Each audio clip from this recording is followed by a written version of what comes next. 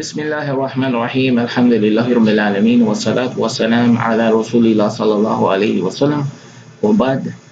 Welcome to Summary of Islamic Banking in the United States. My name is Abdullah Wali-Uddin. I'm a PhD candidate studying out of the University of South Africa. And today I would like to do a brief preview of Islamic banking in the United States for those people who would like to take the Muslim or the Islamic Banking Perception Survey as a part of my research. Today, I'm just going to explain some brief characteristics of Islamic banking, and particularly in the United States. The term Islamic banking refers to the Sharia-compliant products that have been derived from the classical Islamic contracts. And as there were no Islamic banks established in the past, meaning during the time of the Prophet sallallahu alaihi wasallam, and so the Muslims will conduct business using transactions which were approved by the Prophet sallallahu alaihi wasallam and his companions, meaning the companions also practiced this. The Prophet sallallahu alaihi wasallam approved them, and his companions practiced them, and that's what we use up to today. Now, there were some type of financing that was provided during the pre-Islamic era, and this is where the contracts that we currently use, the classical contracts, derived from. And so an example of some common transactions used in Islamic banking today include the following. But first, why Islamic banking? The goal of Islamic banking is to avoid riba transactions and anything that's prohibited by Allah, the Most High, or the Prophet, peace be upon him, the Quran and the Sunnah.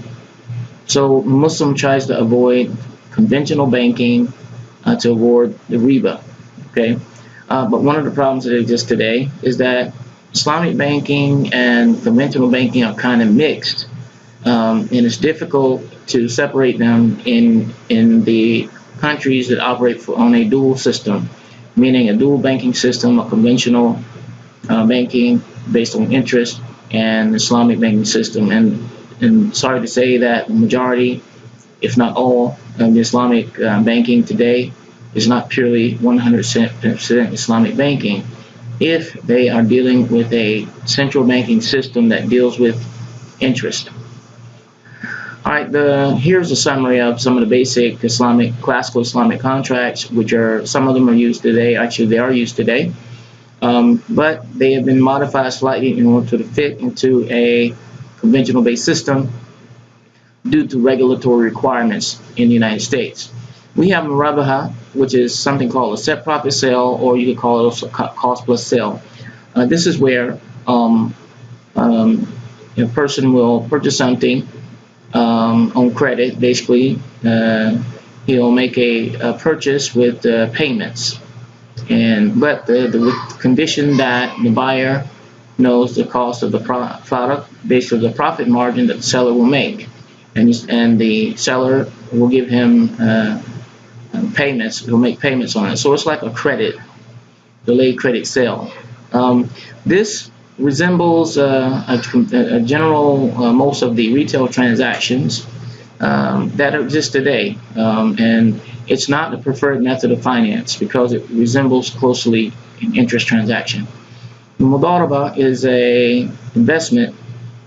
This is an investor relationship where an investor and a laborer, a person offers labor and one person offers capital, money, and they go into a joint venture, and they will divide the profits based on a pre-agreed percentage rate. And if the business venture fails, then the person who provided the capital will lose his money, and the person who provided the labor will lose his time and effort. So this is called Mudaraba. And the Mudaraba is a partnership. And the convention, what's used today in conventional financing in the United States, is a derivative of that called Musharika Mutanaqisa, or it's a partnership. All right, Musharika Mutanaqisa is like what they use for financing homes in the United States. All right, and this is where it's called PLS, or profit loss sharing, which is the preferred model for Islamic banks to use, because the main difference between the conventional and Islamic banks is that in Islamic banking, the customer is a partner, and he's not in debt upon credit, meaning so he's actually a partner in the transaction. In conventional banking, the person is actually in debt. It's a debt creditor-debt relationship purely, and based on interest. And so this is where the harm comes in, or they can damage someone's finances, or they can be charged extreme amounts of interest rates. This is something that the Prophet ﷺ forbid, and Allah forbid in the Quran. You can see today we have many examples of people losing their money, becoming bankrupt, and they're just losing everything. But in the profit loss sharing model, if there was a person that becomes insolvent or basically bankrupt, then the person doesn't lose everything. He will still have minimal losses based on how much he's invested in the actual partnership. Then we have Bay' al-Salam. Bay' al-Salam is an agricultural sale, which basically, and farmers use it to get money for crops that haven't been harvested yet. And this is done in a Bay' al-Salam contract. Then we have Bay' al-Istisna. It's a manufacturing contract, which basically someone wants to have something produced. It doesn't exist, and they make the measurements, and they make an agreement, and the person manufactures the product. It could be clothes or whatever, according to the standards agreed, the measurements, and then if the product meets those measurements, and then it will be accepted. And these are the two instances where Bay' al-Salam, Bay' al-Istisna, where the product doesn't exist, where it is allowed to sell something before it exists. Okay. So these are the only two times that that's allowed. All other transactions require the owner to be in possession of the what they call it, the subject of the contract before he sells it. Whatever's being sold, that's the subject matter. Also, the Murabaha is a sales contract. A Mudaraba is an investment or partnership contract. Bay' al-Salam and Bay' al-Istisna, these are sales contract. Ijara is a rent contract or leasing, which the person is leasing or renting the usufruct of something, basically the use of something, and it's also used for employing people. All right, and so the Ijara contract is the same as a rental contract. And in the United States, the Murabaha and the Ijara have been approved by the Organization for the Comptroller of Currency, which is a federal regulator, bank regulator, which allows these contracts to be used in the United States. And they are considered secured lending. So they equate them through a concept called functional equivalence, to where they are equivalent to a secured lending contract, basically something that's collateral, okay? And so they treat them as such, and they use the same paperwork, and they function in the system as such. All right, and so that's why there's some confusion about some people when some of the financiers use the same contract, because they have to deal with the regulators. When they go in for audits, they have to use the same contract language in order for the auditors to understand it. So currently there are no Islamic banks in the United States or in the whole world, if you really want to look at it, if they have a central banking system which deals with interest.